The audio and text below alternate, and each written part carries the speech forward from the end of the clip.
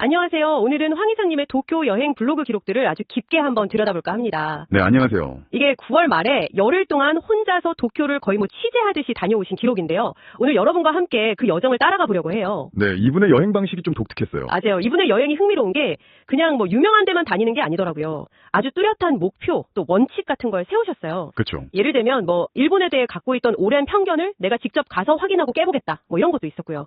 또 요즘 국제정세 복잡하잖아요. 그 안에서 일본이 어떤 역할을 하는지 좀 이해해보겠다.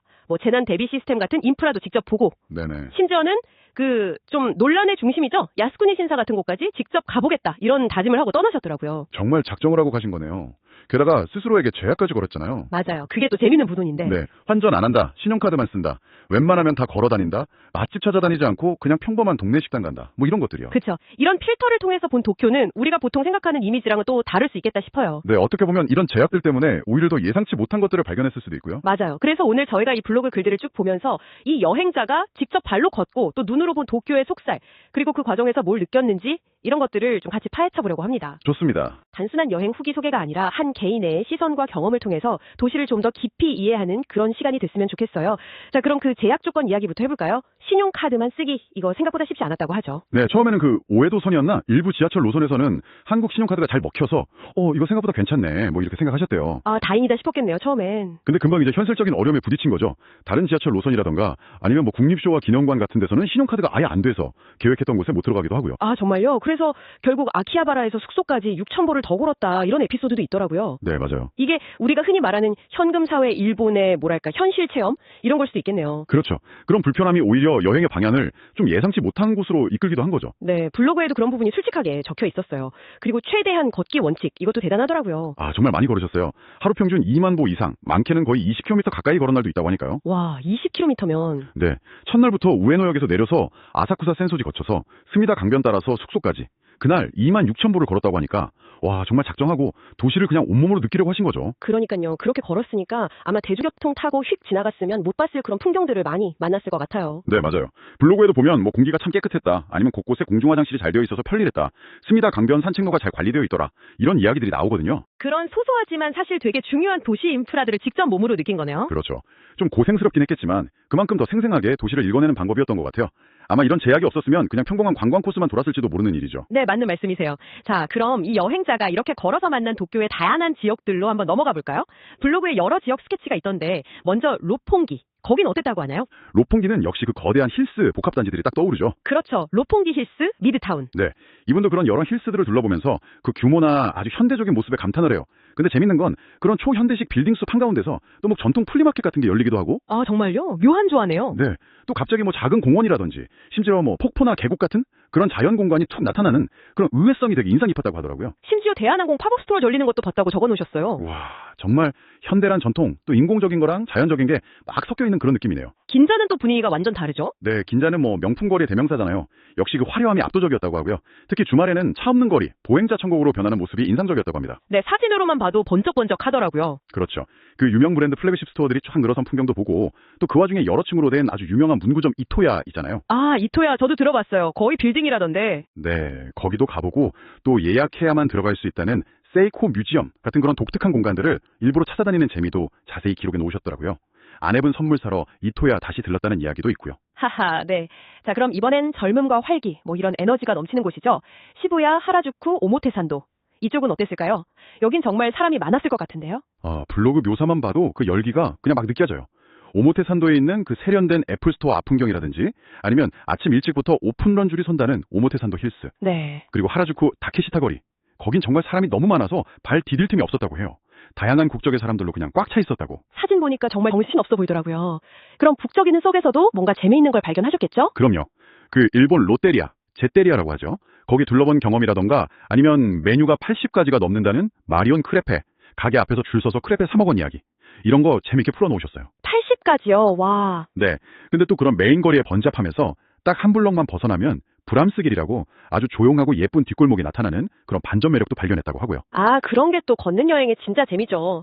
숨겨진 거 발견하는 거. 매장들도 좀 독특한 곳이 많았다고요? 네, 매장 안에 러닝머신까지 갖춰놓은 나이키 매장이 있었다고 하고요. 또 엄청 인기라는 해리포터 테마 매장, 거기도 인상 깊었다고 해요. 오, 그리고 개성 넘치는 가게들이 모여있는 캐스트리트나 쇼핑몰 옥상을 아예 공원으로 만든 미야시타 파크, 그리고 역시 하이라이트는 그거죠. 영화나 뉴스에서 맨날 보던 시부야 스크램블 교차로. 아, 그렇죠. 시부야 하면 딱 그거죠. 네, 그걸 직접 봤을 때의 감흥, 이것도 생생하게 전달하고 있어요. 시부야역 3층 창문에 딱 붙어서 그 교차로 배경으로 기념사진 찍었다 뭐 이런 소소한 에피소드도 재밌었고요. 듣기만 해도 막 에너지가 느껴지네요. 자, 다음은 아키하바라. 여긴 또 분위기가 완전히 다르잖아요. 밤에 가셨다고 하던데요? 네, 아키하바라는 뭐 전자상가 그리고 오타쿠 문화의 성지, 이걸로 유명하죠. 그렇죠. 아내분이 부탁한 그 클립형 무선 이어폰을 찾으러 갔다고 하는데요. 와, 무려 6층짜리 이어폰 전문 빌딩, 이 이어폰스라는 곳이랑 또 대형 전자제품 매장 비카메라를 갔다고 해요. 6층짜리 이어폰 빌딩이요? 와, 대단하네요. 네, 저도 그 부분 읽고 좀 놀랐어요. 이어폰 하나만으로 6층 건물이 가능하다니. 거기 직원하고 뭐 재밌게 소통한 에피소드도 있고요. 밤늦게까지 그 화려한 간판 불빛 아래서 막 붐비는 인파 속에서 아키하바라 특유의 분위기를 제대로 느꼈다고 합니다. 근데 여기서도 결국 그 신용카드 문제가? 아, 맞아요. 또 등장합니다. 결국 여기서도 지하철을 못 타고 숙소까지 6,000보를 더 걸었다는 약간 웃지 못할 이야기가 다시 나오죠. 하하, 신용카드만 쓰기 챌린지가 계속해서 예상치 못한 도보 여행을 만들어내는군요. 네, 그런 셈이죠. 자, 그리고 인공섬인 오다이바. 여기는 좀 미래도시 같은 느낌이 강했다고 하죠? 네, 그 과학관 미래관이라고 하죠. 일본 과학 미래관, 거길 방문한 다음에 아주 거대한 쇼핑몰 단지들을 둘러봤다고 해요. 여기가 원래 에도 막부 때 미국 페리 함대 막으려고 만든 포대자리였다, 이런 역사적 배경도 언급하고요. 아, 그렇군요. 무엇보다 세계 최대 규모라고 알려진 그 도요스 시장, 그 엄청난 스케일이란 아주 현대적인 시설에 굉장히 깊은 인상을 받았다고 합니다. 네, 시장이 엄청 크다고 들었어요. 네, 심지어 시장 옥상에 무려 온천 조격탕까지 있다는 점에 또 놀랐다고 하고요. 간척지 위에 세운 신도시의 면모를 아주 제대로 확인한 거죠. 거기서 드셨던 탄탄면이 인생 탄탄면이었다, 이런 감탄도 있었고요. 웃음. 아, 맞아요. 웃음. 그 얘기도 있었네요. 자, 마지막으로 우에노지요. 여기는 첫날 도착해서도 갔고 마지막 날 떠나기 전에도 들렀던 곳인데 역시 박물관이랑 공원의 이미지가 강하게 남았겠네요. 그렇죠. 우에노 공원 일대는 뭐 국립박물관, 미술관, 동물원 이런 게 다 모여있는 도쿄의 대표적인 문화공간이니까요. 이 여행자가 특히 많은 시간을 보낸 곳이기도 하고요. 네, 사실 이 블로그 전체를 봤을 때 하이라이트 중 하나가 바로 이 박물관과 도서관 탐방기인 것 같아요. 맞아요. 단순히 그냥 유명한 국립박물관만 간 게 아니라 정말 이런 곳도 있어 싶은 특화된 곳들을 굉장히 많이 찾아갔더라고요. 이런 점이 이 여행기의 깊이를 더해주는 것 같아요. 맞습니다. 특히 인상 깊었다고 계속 언급하는 곳들이 바로 그런 특화 박물관들이에요. 예를 들어서 도쿄대 안에 있는 종합연구박물관. 거기는 단순 전시가 아니라 실제 연구에 쓰는 표본들을 보여줘서 뭐랄까 살아있는 연구 공간 같은 느낌을 줬다고 하고요. 네. 또 도쿄 수도국에서 운영하는 수도박물관이 있는데 거기도 생각보다 전시 구성이 너무 잘 돼 있어서 놀랐다고 해요. 아, 수도박물관이요. 흥미롭네요. 후카가와 에도 뮤지엄 경험도 되게 재밌게 묘사하셨던데요. 네, 맞아요. 거기는 에도 시대 서민들 살던 동네를 그냥 실물 크기로 재현해 놓은 곳인데 이게 그냥 세트장이 아니라 시간 흐름에 따라서 조명도 바뀌고 막 효과음도 나오고 그런데요. 와, 실감 나겠네요. 네. 그래서 마치 그 시대로 진짜 들어간 것 같은 그런 현장감을 줬다고 하고요. 심지어 거기 직원분하고 같이 전시장 곳곳에 숨겨놓은 생쥐 모형 찾는 미션 같은 것도 했다고 해요.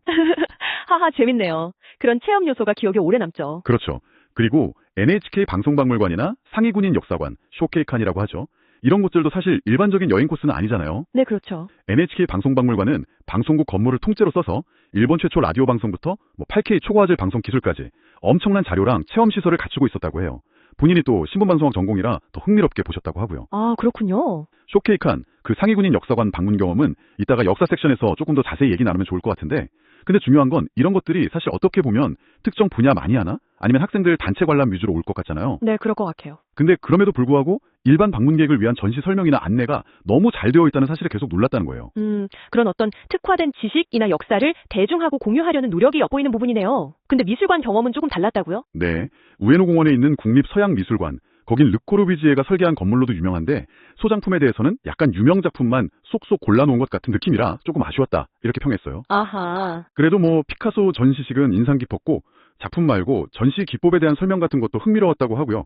반면에 바로 옆에 있는 도쿄도 미술관은 그때 마침 고흐 특별전을 하고 있었는데 표 사려는 줄이 너무 길어서 그냥 일찌감치 포기했다고 합니다. 아, 역시 인기 있는 전시는 어딜 가나 사람이 많군요. 주요 국립기관인 도쿄국립박물관에 대한 평가는 어땠어요? 거기는 생각보다는 규모가 좀 작았다. 그래서 우리나라 국립중앙박물관 생각하고 가면 좀 실망할 수도 있다, 이렇게 언급했어요. 하지만 옆에 연결된 국립문화재기구까지 다 합치면 그래도 전체적인 구색은 갖춘 셈이다, 이렇게 평가했고요. 그렇군요. 기업들이 운영하는 문화공간 방문도 좀 눈에 띄더라고요. 후지필름 스퀘어라든지 세이코 뮤지엄 같은 것들이요? 네, 롯본기 미드타운에 있는 후지필름 스퀘어, 거기서는 이제는 보기 힘든 필름 카메라 관련 전시 보면서 좀 향수를 느꼈다고 하고요. 긴자에 있는 세이코 뮤지엄은 예약제로 운영되는데 거기서 시계 기술을 어떻게 발전해 왔는지 그 역사를 아주 흥미롭게 봤다고 합니다. 네. 이런 식으로 기업들이 자기들의 역사나 기술을 박물관 형태로 잘 아카이빙하고 또 그걸 대중에게 공개하는 문화, 그 자체에 되게 인상을 받았다고 해요. 그리고 무엇보다 이 도서관에 대한 감탄, 이게 정말 두드러졌어요. 어떻게 보면 이 여행자가 느낀 부러움이 가장 잘 드러나는 대목이 아닌가 싶기도 하고요. 맞습니다. 특히 히비야 도서관하고 호노모리 추오 도서관, 이 두 곳에 대한 묘사가 아주 인상적인데요. 히비야 도서관은 건물이 100년이 넘었는데도 리뉴얼을 아주 잘해서 바로 옆에 있는 공원하고 자연스럽게 연결되고 창밖으로 공원 보면서 책 읽을 수 있는 그런 공간으로 만들었다고 해요. 와, 너무 좋네요. 네. 심지어 고고학박물관 기능까지 같이 하고 있다고 하고요. 거기서 우연히 한국인 직원을 만나서 내부 촬영 허가받은 에피소드도 소개했고요. 아, 재밌네요. 그리고 혼노모리 추오 도서관은 숙소 근처라서 그냥 기대 없이 갔다가 완전 감동 먹었다 이렇게 표현할 정도였죠. 네. 책의 숲이라는 이름처럼 건물 디자인 자체가 약간 숲을 형상화한 것 같은데 층마다 바닥에 살짝 엇갈려 있고 전면 유리창으로 빛이 쫙 들어오고 옥상 정원까지 있고 그 모습에 깊은 인상을 받았다고 합니다. 네. 굿디자인 어워드도 받은 건물이라고 하더라고요. 네. 근데 단순히 건물이 예쁘다 이걸 넘어서서 더 중요하게 본 거는 1층의 카페부터 시작해서 누구나 그냥 편안하게 드나들 수 있는 그런 개방적인 분위기. 말하자면 도서관의 문턱을 확 낮춘 점. 이걸 굉장히 높이 평가하더라고요. 단순히 시설이 좋다 이런 감탄을 넘어서서 이런 공공 인프라가 시민들에게 지식을 어떻게 제공하고 공유하는가 이런 부분에 대한 성찰로 이어지는 거군요. 그렇죠. 블로그 마지막에 우리나라가 정작 써야 할 곳에 돈을 쓰는 마인드로 시민 의식 수준이 빠르게 성숙하기를 기대해본다. 이 문장이 딱 나오는데 이게 참 여운이 남더라고요. 이런 부분은 듣고 계신 여러분께도 좀 생각할 거리를 던져주는 것 같아요. 네, 그렇습니다. 자, 그럼 이제 이 여행의 또 다른 중요한 축이었죠. 역사 현장 방문 이야기로 넘어가 보겠습니다. 좀 논쟁적인 장소들을 직접 찾아가 보겠다. 이런 목표가 있으셨잖아요. 먼저 이랑 궁전 주변하고 야스쿠니 신사. 여긴 어땠나요? 특히 야스쿠니 신사는 그 이름만으로도 참 여러 감정을 불러일으키는 곳인데요. 일단 이랑궁전은 내부 관람은 예약이 어려워서 주변만 둘러봤다고 해요. 그 넓은 해자 따라서 잘 만들어진 산책로에서 조깅하는 시민들의 모습이나 아주 거대한 옛날 성문들, 그리고 궁궐 서쪽 바로 뒤편에 영국 대사관이 딱 버티고 서 있는 모습, 뭐 이런 것들을 관찰했다고 하고요. 무료로 개방된 동쪽 정원은 생각보다는 그냥 넓은 공터 위주였다 이렇게 기록했어요. 그렇군요. 그리고 야스쿠니 신사. 네, 야스쿠니 신사. 여기는 블로그에 명확히 밝혔어요. 여기가 도대체 어떤 곳이길래 이렇게 논란이 되나 내 눈으로 직접 보고 판단하고 싶다 이런 마음으로 방문했다고 합니다. 네. 연문으로 들어섰는데 검은 정장 입은 단체 참배객들 같은 걸 보면서 아 확실히 이곳이 누군가에게는 굉장히 중요한 의미를 갖는 공간이구나 하는 걸 느꼈다고 해요. 근데 이제 본당 앞에서 사진을 찍으려다가 제지를 당했고 나중에 보니까 거기가 촬영 금지 구역이었다고 하더라고요. 바로 옆에 있는 전쟁기념박물관 유슈칸이라고 하죠. 그 입구에 쓰여 있는 문구, 그러니까 침략 전쟁을 좀 정당화하는 듯한 그런 내용에 기분이 확 상해서 결국 박물관 안에는 안 보고 그냥 나왔다고 적었어요. 이 경험을 통해서 아 이래서 여기가 계속 논란이 되는구나 하는 걸 좀 피부로 느낀 것 같다 이렇게 덧붙였고요. 이 부분은 블로거의 경험과 판단을 저희가 객관적으로 전달해 드리는 겁니다. 네, 직접 가서 보고 느낀 아주 솔직한 기록이네요. 국립쇼와 기념관은 아까 말씀하신 대로 신용카드 문제 때문에 못 갔지만 대신에 그 근처에 있는 상해군인 역사관, 쇼케이칸하고 관동대지진 박물관, 도쿄도 부흥기념관이죠. 이 두 곳을 방문했잖아요. 이 두 곳에서의 경험은 또 어땠을까요? 특히 관동대지진 박물관은 우리 역사하고도 좀 관련이 깊은 곳인데요. 네, 도쿄도 부흥기념관은 이름 그대로 관동대지진 이후의 복구 과정을 주로 다루지만 동시에 2차 세계대전 때 도쿄 대공습 피해하고 그 이후의 복구 과정까지 같이 보여주는 곳이었어요. 아, 두 시기를 다 다루는군요. 네. 블로거는 여기서 그 지진 당시에 벌어졌던 조선인 학살이라는 비극적인 역사를 떠올리면서 좀 안타까움을 느꼈다고 하고요. 그러면서도 동시에 그 대지진이라는 엄청난 파괴 이후에 도시를 어떻게 다시 계획하고 복구해 나갔는지 그 과정 자체는 또 굉장히 흥미롭게 살펴봤다고 해요.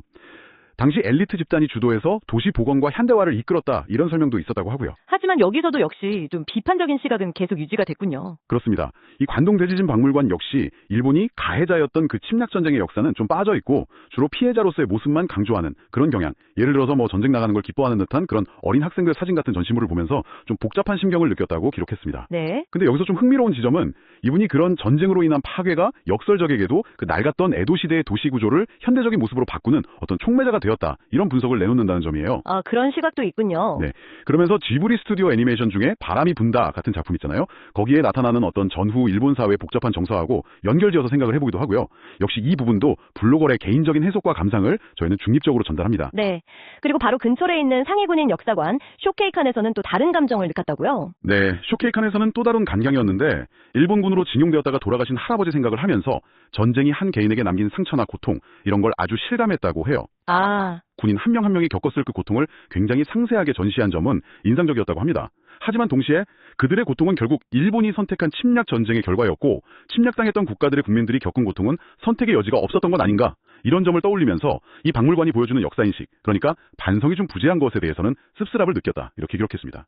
이 또한 블로거의 주관적인 감상이며 저희는 전달에 초점을 맞춥니다. 네. 이렇게 좀 굵직하고 때로는 무거운 역사 현장들을 직접 찾아간 경험들이 이 여행을 훨씬 더 입체적으로 만드는 것 같아요. 단순히 그냥 즐거운 여행만 한 게 아니라 본인이 처음에 세웠던 목표, 그러니까 편견을 깨고 일본을 좀 이해해보겠다. 이런 시도를 아주 충실하게 이행하신 거죠. 맞습니다. 자, 이제 여행의 막바지로 가면서 블로그에 담긴 좀 소소한 관찰들이나 여행자의 성찰들, 이런 것들을 좀 더 살펴볼까요? 네, 그렇죠. 인상적인 장소들 말고도 그냥 일상적인 풍경 속에서 발견한 재미있는 점들이 많았어요. 예를 들어서 우에노 동물원 방문기가 상당히 흥미롭습니다. 아, 네. 팬더 보려는 줄이 엄청 길었다는 얘기도 있었죠? 네, 그것도 물론 인상적이었지만 그보다 더 놀라웠던 건 대부분의 동물들이 굉장히 활발하게 움직이고 있었다는 점이래요. 아, 맞아요. 저도 그 부분 되게 인상 깊게 읽었어요. 한국 동물원에서 봤던 동물들은 좀 무기력해 보였는데 너무 달랐다고. 맞습니다. 사육 공간이 넓어서 그런 건지 아니면 서식지하고 비슷하게 꾸미려고 노력해서 그런 건지 도대체 어떤 요인이 동물들을 저렇게 살아있게 만드는 걸까? 그 동물원의 운영 노하우가 막 궁금해졌다고 해요. 네. 좁은 공간에 있더라도 그냥 무기력하게 누워만 있는 게 아니라 나름대로 막 바쁘게 움직이는 모습, 그게 진짜 동물다움을 느꼈다는 거죠. 그렇군요. 도쿄대학교 캠퍼스 풍경도 잠깐 언급됐었죠? 네. 전체적인 분위기가 생각보다 미국 동부대학 캠퍼스 같은 느낌이었다고 하고요. 의외로 다양한 인종의 학생들이 눈에 많이 띄었다고 해요. 근데 뭐 일부 건물이나 시설은 외부인 출입이 통제되거나 막혀 있어서 좀 아쉬움도 느꼈다고 하고요. 네. 그 외에도 뭐 기찻길 철교 아래 공간을 활용한 독특한 식당과 풍경이라든지 아니면 도심 곳곳에 숨어있는 작은 공원들의 매력, 편의점 음식들 맛본 경험, 특히 그 탄탄면 맛에 대한 거듭된 감탄. 네, 탄탄면 얘기가 여러 번 나오죠. 그리고 한국보다 좀 저렴했던 블루보틀 커피 가격이라든지 아니면 지하철 환승 안내판이 되게 편리했다. 예를 들어서 뭐 상행선, 하행선 표기나 에스컬레이터 위치 표시 같은 게 아주 세심했다. 이런 일상에서 발견한 소소한 관찰들이 여행기를 더 풍성하게 만들어주는 것 같아요. 네, 맞아요. 이런 관찰들이 모이고 모여서 결국에는 이 여행의 동기였던 개인적인 성찰로 이어지는 것 같습니다. 네. 처음에는 일본에 대해서 그냥 막연하게 갖고 있던 편견을 좀 확인하거나 깨보려는 마음으로 시작했지만 여행을 하면서 직접 본 그 잘 갖춰진 인프라, 특히 아까 길게 얘기했던 특화박물관이나 도서관 같은 공공시설의 수준이나 접근성, 이런 거에 대해서는 아주 솔직하게 부러움을 표현하고 있어요. 그렇죠. 기업이나 기관들이 자기들 역사나 자산을 아주 꼼꼼하게 기록하고 또 그걸 전시나 박물관 형태로 만들어서 대중하고 공유하려는 그런 문화 자체에 대해서도 긍정적으로 평가했고요. 유명 브랜드 이름만 검색해도 관련 뮤지엄 정보가 나올 정도였다. 뭐 이렇게까지 얘기했죠. 네, 그런 점들도 우리가 좀 참고할 만한 부분이다 이렇게 지적을 하고요. 결국 이 여행은 일본이라는 어떤 대상에 대한 이해를 넘어서서 우리 사회의 공공인프라나 문화적 자산을 어떻게 관리하고 공유할 것인가 이런 질문으로까지 이어지는 상당히 깊이 있는 성찰의 과정이었다 이렇게 볼 수 있겠습니다. 네, 오늘 저희는 황희상님의 블로그를 통해서 한 개인이 세운 원칙과 시선을 따라서 도쿄라는 도시를 아주 깊숙이 탐험해봤습니다. 초현대적인 빌딩숲과 또 전통시장이 공존하는 모습, 편리했지만 때로는 불편하기도 했던 인프라, 또 감탄을 자아냈던 여러 문화시설들, 그리고 좀 논쟁적인 역사 현장에서 느꼈던 복잡한 감정까지 정말 다채로운 면모를 함께 엿볼 수 있었네요. 네, 스스로에게 신용카드만 쓴다, 무조건 걷는다 이런 제약을 걸었기 때문에 가능했던 아주 생생한 경험과 관찰이 아니었나 싶어요. 그리고 그런 과정 속에서 나온 솔직한 성찰들, 특히 박물관이나 도서관 같은 공공인프라에 대한 부러움, 그리고 그 의미에 대한 고민, 이런 것들은 단순한 여행 정보를 넘어서서 우리에게도 참 많은 생각할 거리를 던져주는 것 같습니다. 하드웨어뿐만 아니라 그걸 어떻게 운영하고 시민들과 공유하는가 하는 방식에 대한 이야기니까요. 지셨는지 궁금합니다. 이분은 편견을 깨기 위해 떠났다고 했는데 어쩌면 이렇게 누군가의 밀도 높은 경험을 따라가는 여정 자체가 우리가 기존에 가지고 있던 생각들에 좀 작은 균열을 내는 그런 계기가 될 수도 있지 않을까 이런 생각도 드네요. 혹은 뭐 이런 생각도 해볼 수 있을 것 같아요. 우리가 흔히 찾는 아주 화려한 쇼핑가나 유명 랜드마크가 아니라 어쩌면 도시의 진짜 매력은 이 여행자가 발견했던 것처럼 잘 알려지지 않은 어떤 특화 박물관이라든지 동네 주민들이 이용하는 도서관, 아니면 정말 발품 팔아 걸어야만 만날 수 있는 그런 골목길 풍경 속에 숨어 있는 건 아닐까요? 여러분만의 방식으로 도시를 깊이 탐험하는 방법에 대해서 한번 고민해보시는 것도 흥미로울 것 같습니다. 네, 오늘 저희의 탐구는 여기까지입니다. 다음에도 흥미로운 자료와 또 깊이 있는 분석으로 다시 돌아오겠습니다. 함께해 주셔서 감사합니다. 감사합니다.